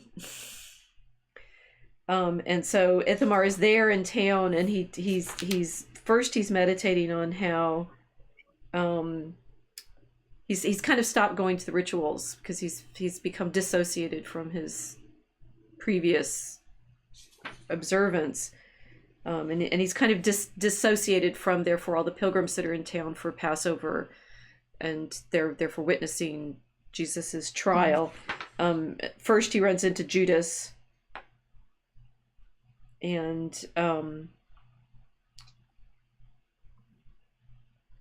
he reflects on his sacrifice. To Judas Iscariot, he reflected, was a sacrifice to the man of the demon, the hero and the victim of the blackest and most dreadful defeat. I should say Bocelli died in 1985, right? So I don't know whether you read Girard. It's the demon, the hero, the victim of the blackest and most dreadful defeat, the vanquished among the vanquished, the slave of slaves, the most unjust and wicked and misbegotten of all who ever were and all who would ever be. This is Judas. As by the heave of a queasy stomach, Ithamar's pity turned and cast itself all towards the unutterable disgrace of that infamous base, and yet, in his way, summit-attaining sinner, the worst of all reprobates, the most despairing of all who despair. And this pity of Ithamar's was horrible and foul. It lashed out against his beaten, weary, and strengthless soul, threw its weight against it, and cast it exhausted to the ground. Judas responds to him like, "Go and spend your pity well." Okay, so then Ithamar, he goes. He's basically observing the different scenes of the Passion. He goes to Herod's house.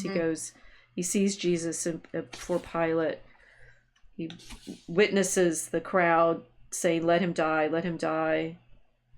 Pilate saying, "Shall you crucify your king?" "Caesar is our king," the priest replied. To have him dead whom they hated, they denied the scriptures in Israel. The crowd swelled to such a fury that they seemed ready to attack the tribunal and leave it in ruins.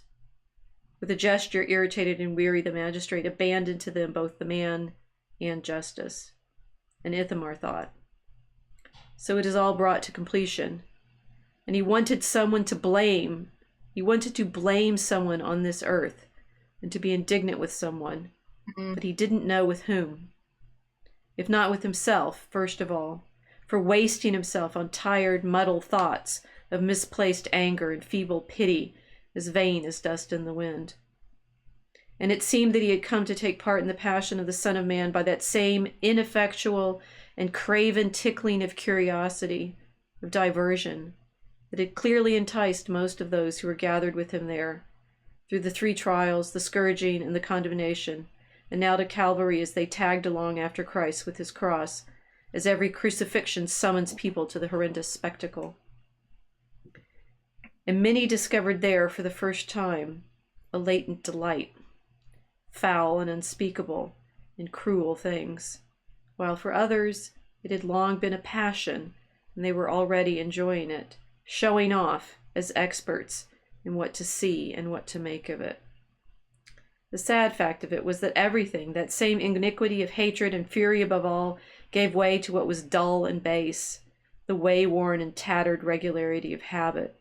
Pontius Pilate's soldiers had executed the sentence, while Ithamar, impeded by the crowd, but more by his weariness and the discouragement that drained him body and soul, followed from afar the ascent of Jesus up to Calvary with a cross on his shoulders.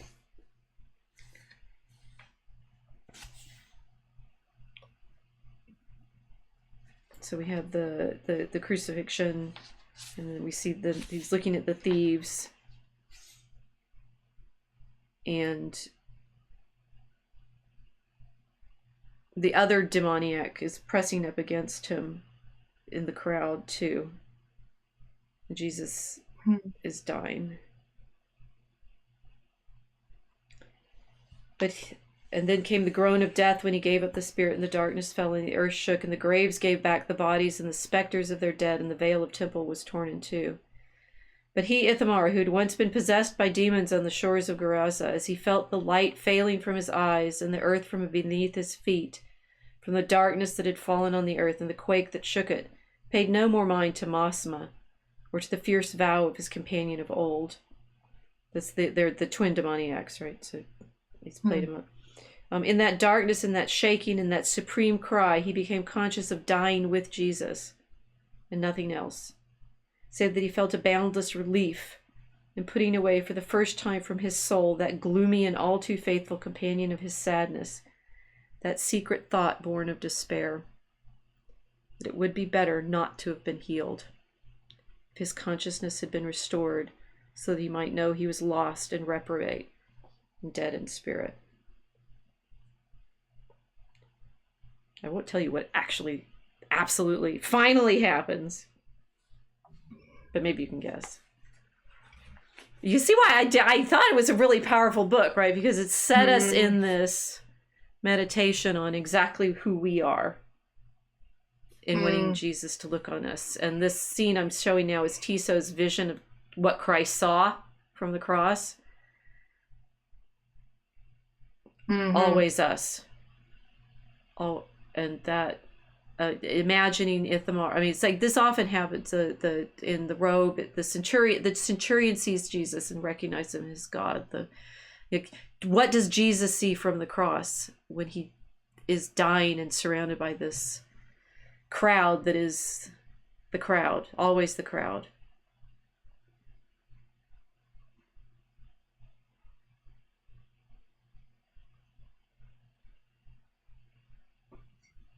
He saw civilization without the mask. Yeah.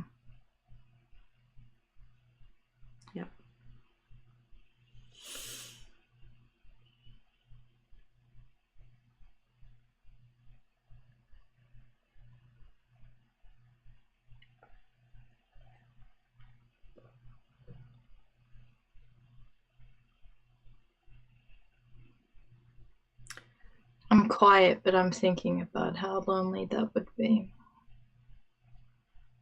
I'm like the only sober person in the entire world of raving demoniac junkies.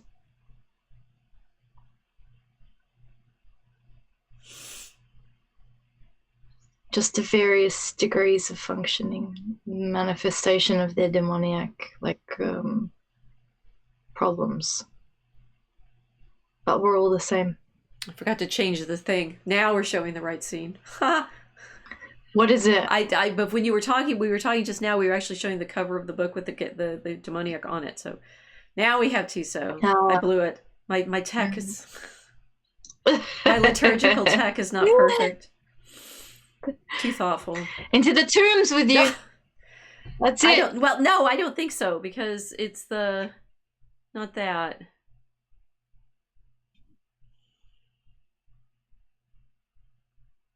Every one of us who's been in this social media world for a while and has had our reputations trashed over and over and over again. And I over the last several years, spent a lot of time thinking on this. Right? Each Easter, you come to the mob going after you. And then Jesus, the one sacrifice, the one scapegoat who is truly, absolutely innocent. None of the rest of us are. I mean, the children are. We know that the demons want the children because they are so innocent. But any of us who are sitting here listening to ourselves have this conversation know what we are.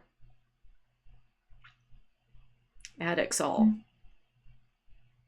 Sin. We can't talk about sin, because sin, it's like, that's just what Christians say. That's just make you feel bad. No, we're addicts.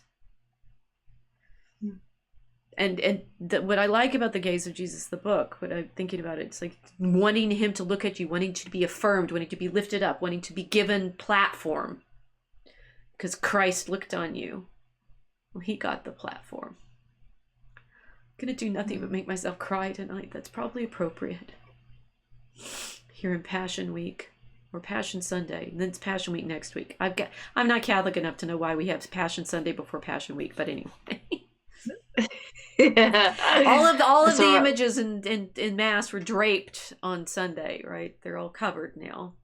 And we are in that constantly having to remember that this is what Jesus saw when he looked down on us and forgave us for not understanding, not knowing, being so much in the crowd, like a crowd of pigs flying over the cliff, that we didn't understand what we'd done.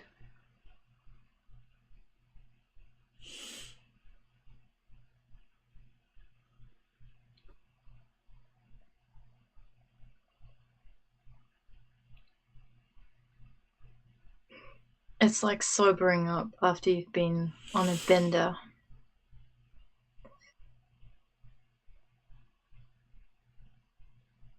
And yeah, I mean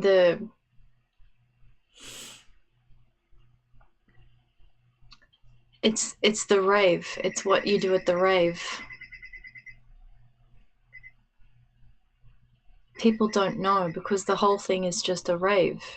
There's no outside view of it. You can't see what it is from inside it. Christ saw what it was. This is the demoniac again. This is what he sees. He sees all of us taken by the crowd, by belonging to the crowd, by being in the crowd, by being legion.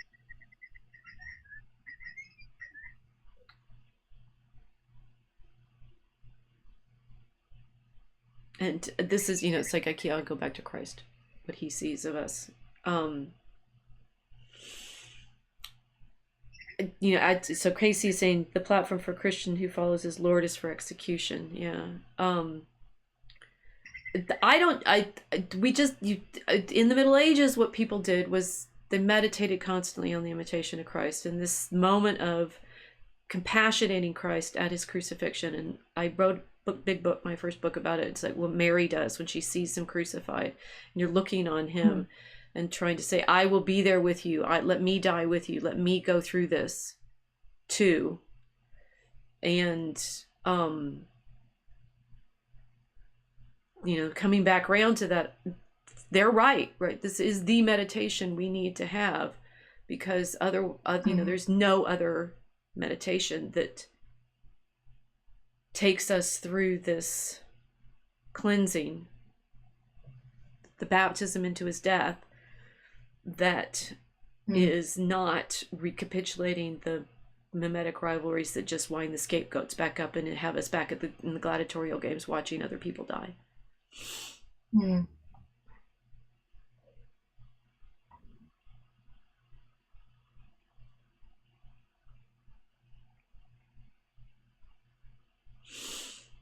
Yeah, the Colosseum is the default setting for all of us. It's not the exception. It is the default setting.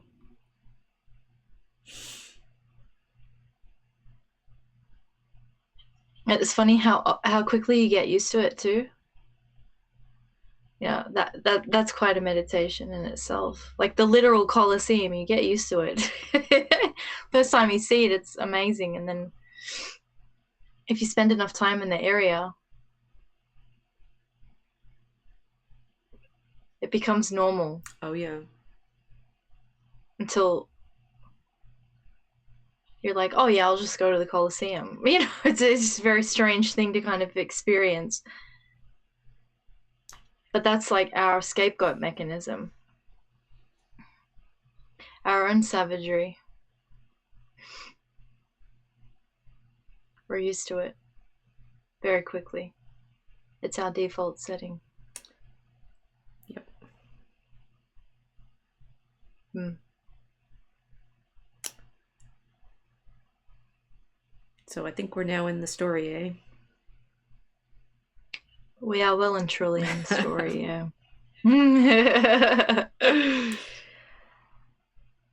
So it's Palm Sunday coming up, Hosanna. And then next Wednesday we will meet in the meditation on the night before the night. Mm-hmm. Can show you Zay's next set. We can show you Zay's John Henry Newman meditation for that one. How's that? Sounds good.